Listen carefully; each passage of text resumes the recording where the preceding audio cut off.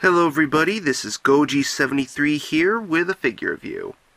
Now that Gorosaurus has been reviewed and put out of the way, I'm going to be trying something different with how I review figures. Instead of just going straight through the Bandai or YMSF bunch, I'm going to be alternating between Bandai and NECA and whatever different type of company that follows after that, if there is one. But anyway, getting back onto the review, instead of the next figure review from that collection, here is the first figure review from what I've collected from NECA. Who is that? Well, let's pull him out.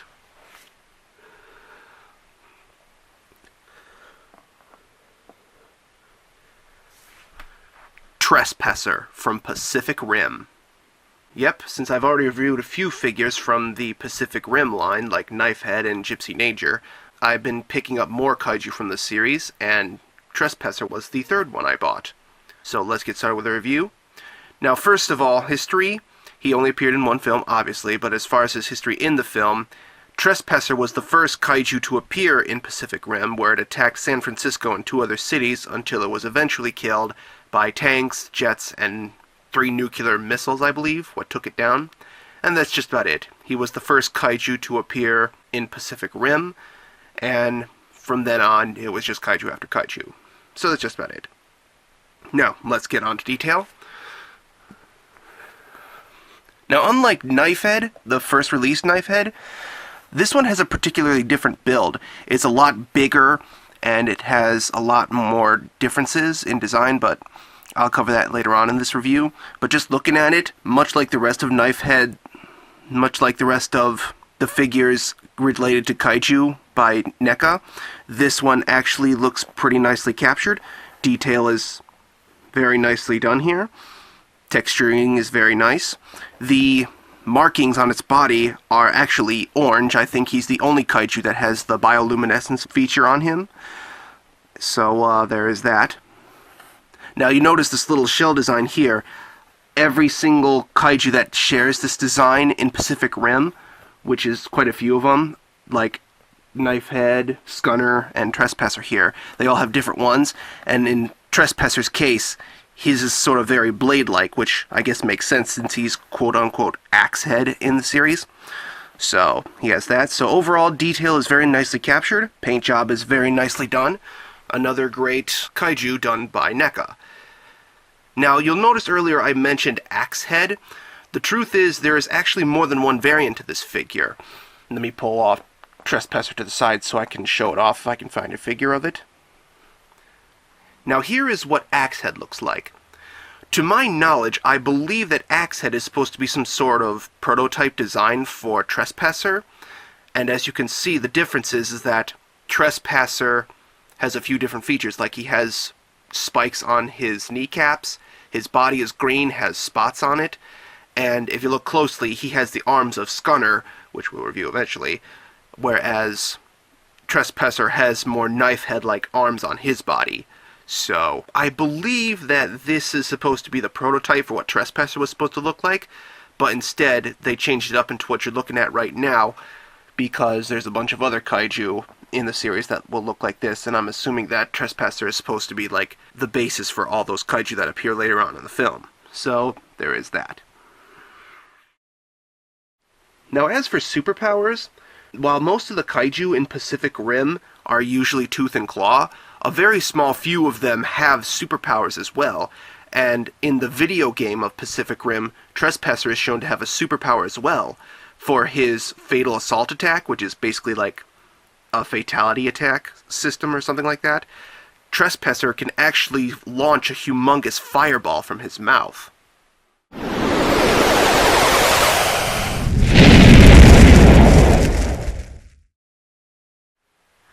And now on to articulation.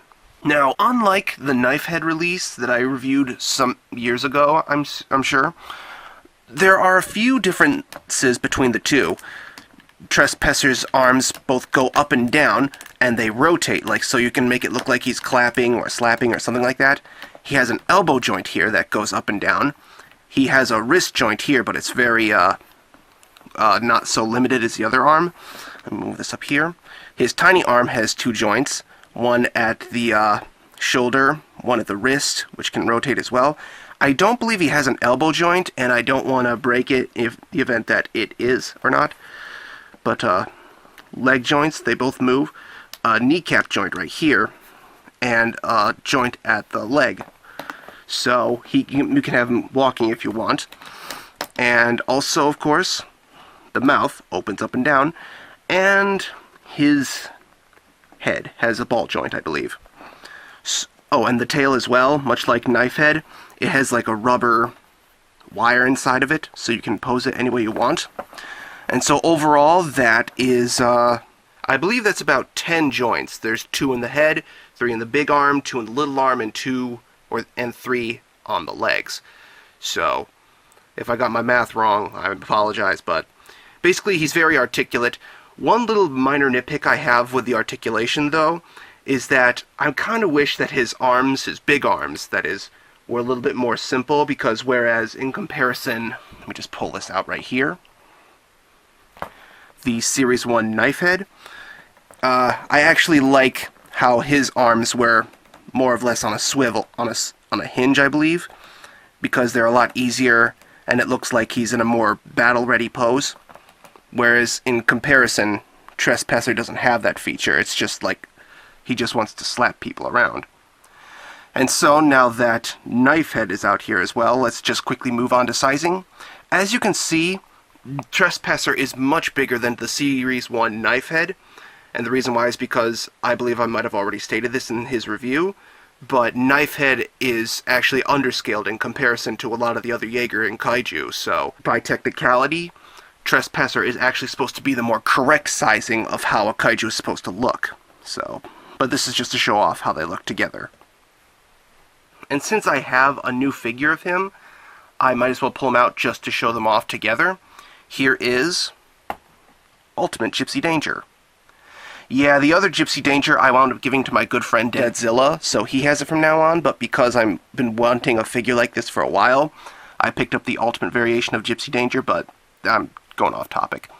This is just to show them off together, because in reality, Trespasser never fought another Jaeger, so it's hard to say how he would look when scaled up to another Jaeger, since he never fought one, but this is just to show off how they look together. And so, I guess this is what they look like when scaled up together, because a lot of the other Kaiju are properly scaled with their respective Jaegers, but this is just to show them off again.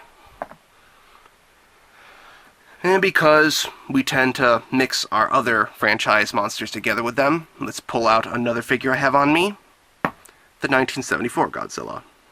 And scaling these up together, this actually looks pretty okay, actually. Trespasser looks like he would fit nicely in the 6-inch line. He's a tad bit over Godzilla's size, but only because of his giant axe head and the blade on his back. But overall, this looks pretty nice. This looks pretty nice.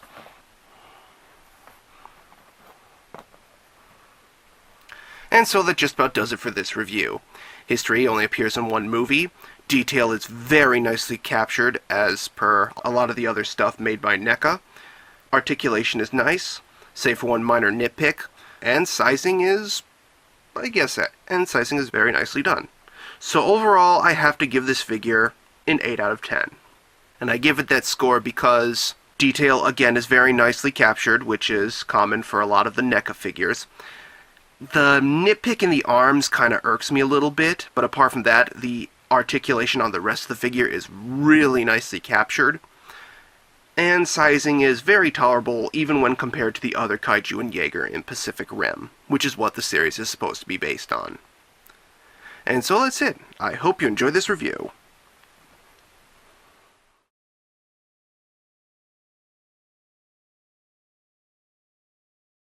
That's it for today's figure review. If you like what you see, or what I make, and wish to support me and help me create content faster or more efficiently, you can help me by supporting me on Patreon, and possibly get a video of your own made for you, or win several other prizes.